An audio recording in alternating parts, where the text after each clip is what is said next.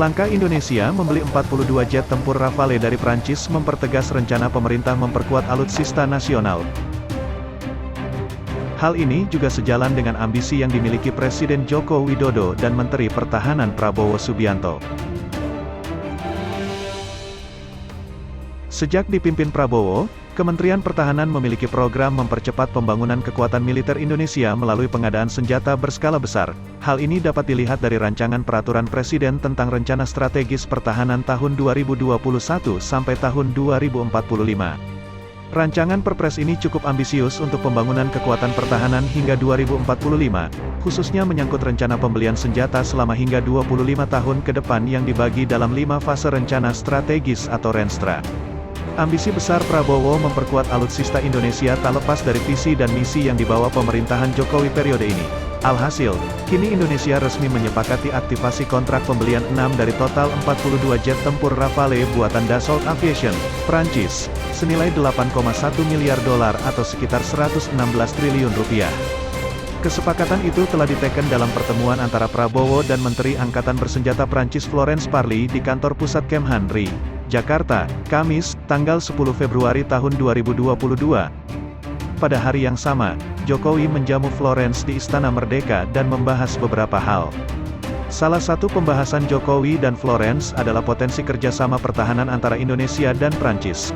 Jokowi menyambut baik penandatanganan beberapa nota kesepahaman atau MOU kerjasama pertahanan termasuk dalam hal kerjasama MRO atau maintenance, repair, overhaul pesawat Rafale, pengembangan kapal selam, pengadaan satelit, hingga produksi amunisi kaliber besar. Seperti yang diharapkan oleh Jokowi, bahwa kerjasama pertahanan tidak hanya terfokus pada pembelian alutsista, namun juga memikirkan pengembangan dan produksi bersama, alih teknologi, serta investasi di bidang industri pertahanan. Pembelian 42 pesawat tempur dari Prancis sesuai dengan isi rencana strategis pertahanan 2024. Pada dokumen itu, Indonesia disebut hendak menggelar 10-12 skuadron pesawat tempur. Seorang pengamat militer Andi Wijayanto mengatakan jika pembelian Rafale menunjukkan keseriusan pemerintah menjalankan rencana strategis pembangunan kekuatan pertahanan 2024 yang ditetapkan dari 2006 lalu oleh Presiden RI sebelumnya yaitu Susilo Bambang Yudhoyono. Demi memenuhi target dalam Renstra Pertahanan, pemerintah disinyalir akan kembali memborong pesawat tempur dari luar negeri. Salah satu rencananya, pesawat tempur yang hendak dibeli Indonesia berasal dari Amerika Serikat. Kementerian Luar Negeri AS melalui keterangan tertulis mengizinkan penjualan 36 unit jet F-15X kepada Indonesia, bahkan jet tempur tersebut akan diberikan kode khusus yakni F-15 IDN. Jika terrealisasi, penjualan itu ditaksir bernilai 9,5 miliar dolar atau setara 136,27 triliun rupiah dan total biaya pembelian pesawat jet dari AS bisa mencapai 13,9 miliar dolar atau setara 199,38 triliun rupiah.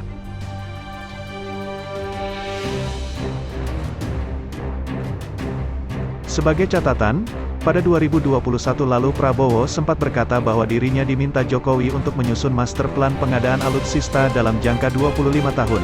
Master plan ini berpotensi menggantikan minimum essential force atau MEF yang sudah dicanangkan sebelumnya.